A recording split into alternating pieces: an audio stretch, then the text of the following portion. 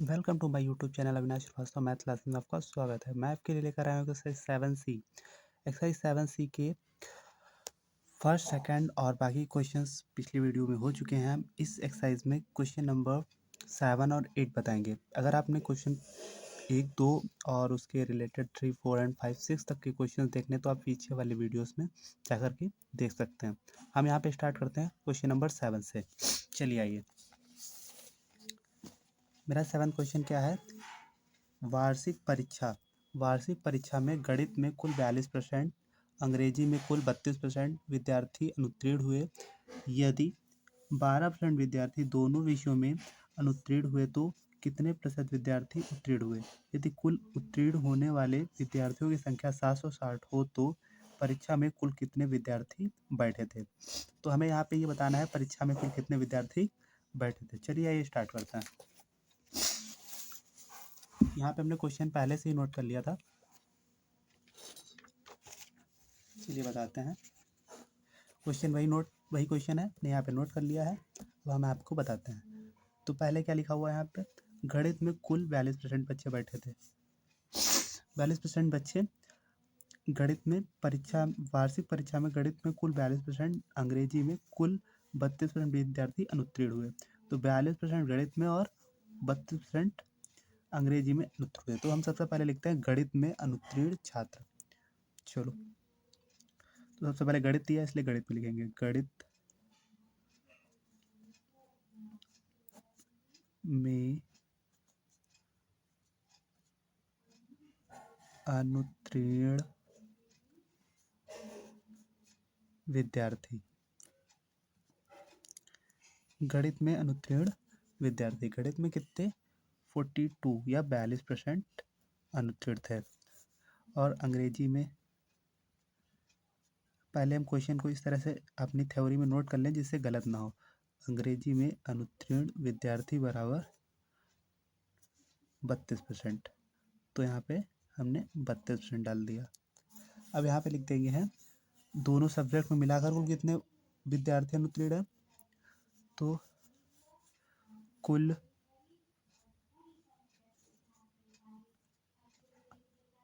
अनुत्तीर्ण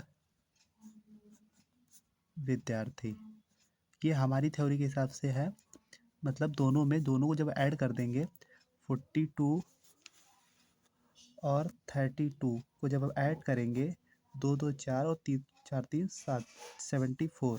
तो 74% दोनों सब्जेक्ट में फेल हैं। इन्होंने बोला है विद्यार्थी अनुत्तीर्ण हुए। यदि 12% विद्यार्थी दोनों विषय में अनुत्तीर्ण हुए, यदि 12% विद्यार्थी दोनों विषय में अनुत्तीर्ण हुए, तो हम इनके क्वेश्चन के हिसाब से लिख लेते हैं दोनों विषय में अनुत्तीर्ण छात्र इक्वल टू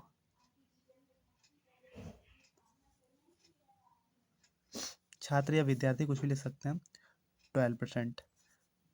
तो देखो हमने जो हिसाब लगाया उसमें 74% है टोटल, मतलब विद्यार्थी। इन्होंने बोला है दोनों विषयों में।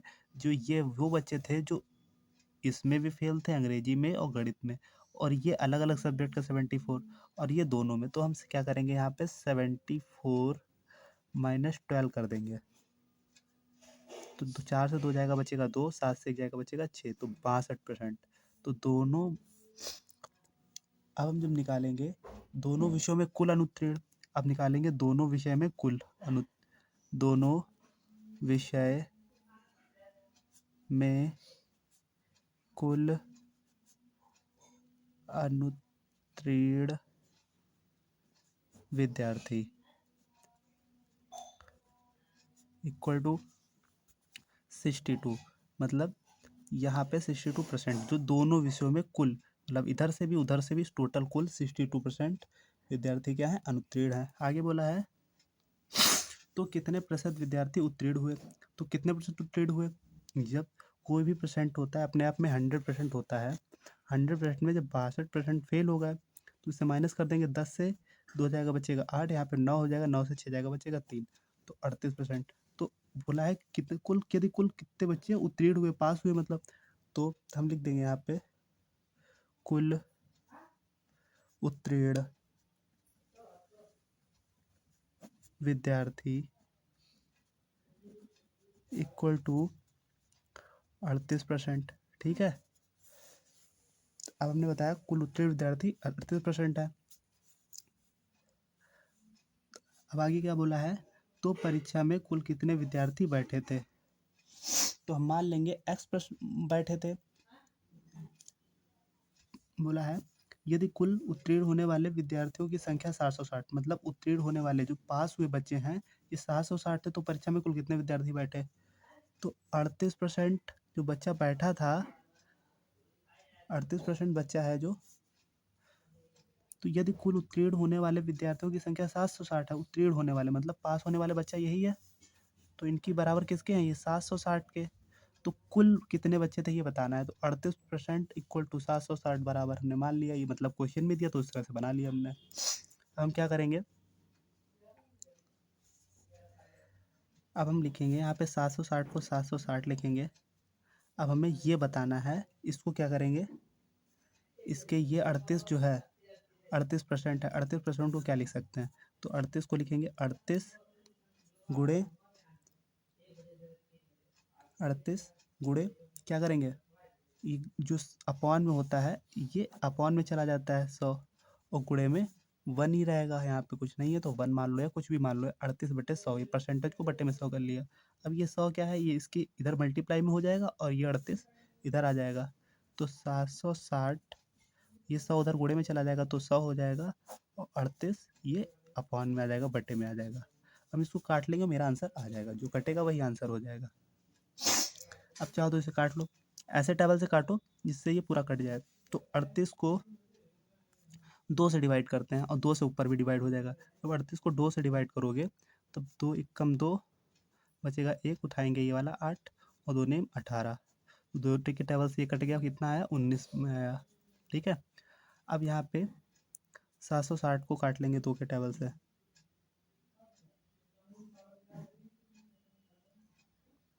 ठीक है, 760 को जब 2 के टेबल से काटेंगे, 2 एकम 2 3 6, बचेगा कितना मेरा एक, ये वाला 6 उठा के यहाँ रखेंगे, 2 8 16, और ये वाला जीरो भाग में जाने का जीरो यहाँ पे, तो ये कट गया 380 आ गया। अब हम यहाँ पे क्या लिखेंगे 380 और गुणे ये वाला 100 और बटे 19।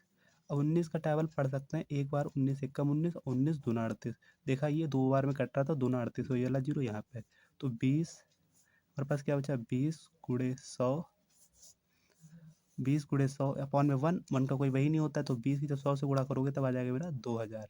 तो कुल कितना बच्चा विद्यार्थी, 2000 विद्यार्थी।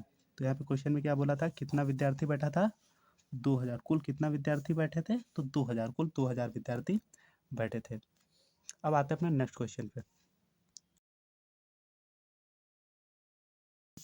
एक गांव की आबादी 4000 है, इसमें से 500 लोग दूषित जल में प्रयोग से पीलिया, मतलब दूषित जल प्रयोग करते हैं जिसे पी लेते हैं, उससे पीलिया से पीड़ित है। गांव में पीलिया रोग से कितने प्रतिशत लोग पीड़ित हैं। चलिए हम आते हैं अपने क्वेश्चन को सॉल्व करते हैं।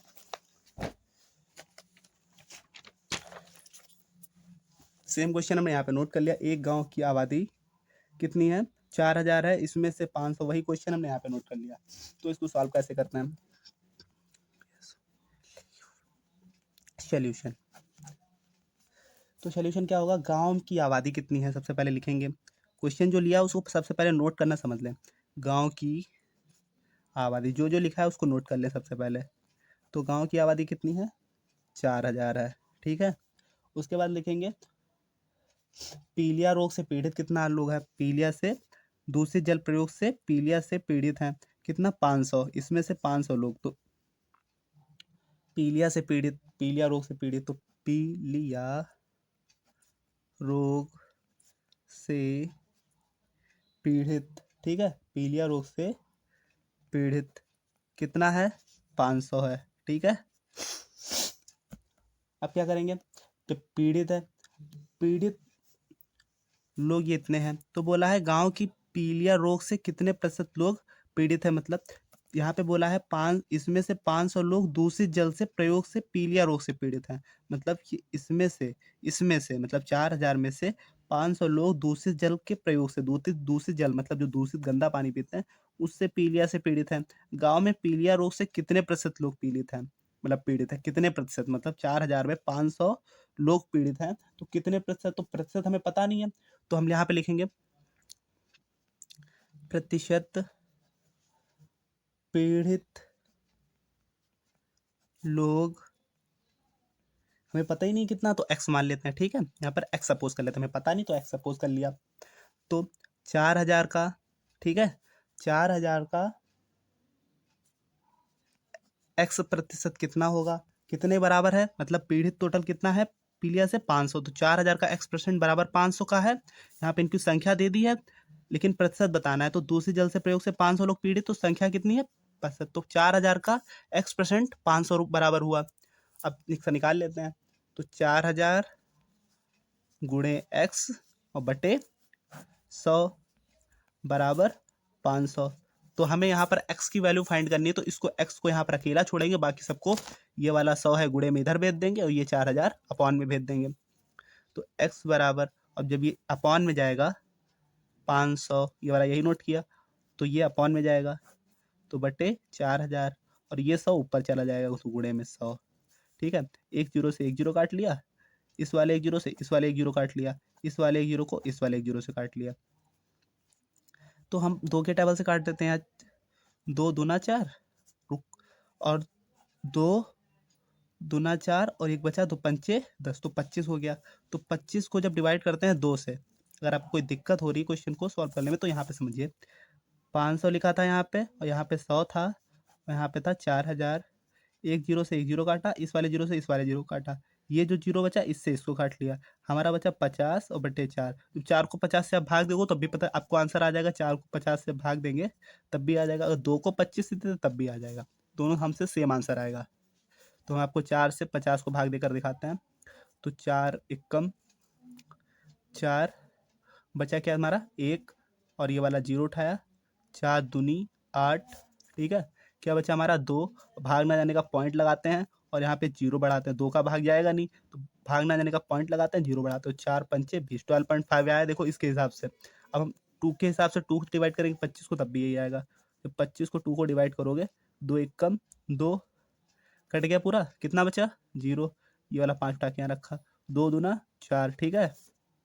अब कितना बचा, एक, भाग ना जाने का, 2 का 1 से भाग नहीं जाएगा तो पॉइंट यहाँ लगाएंगे, जीरो यहाँ बढ़ाएंगे, तो 2 पंचे 10, देखिए 12.5 यहाँ पर भी आया, 12.5 वहीं पर, आप चाहो वहीं पे सॉल्व कर लेते तब भी वही आता, और यहाँ पे सॉल्व करेंगे तब भी 12.5% जो बच्चा मतलब लोग थे वो किससे पीड़ित हैं, मतलब पीलिया से रोग से पीड़ित हैं। That's all. तो हमारे सारे क्वेश्चंस एक्सरसाइज 7 से कंप्लीट होती है।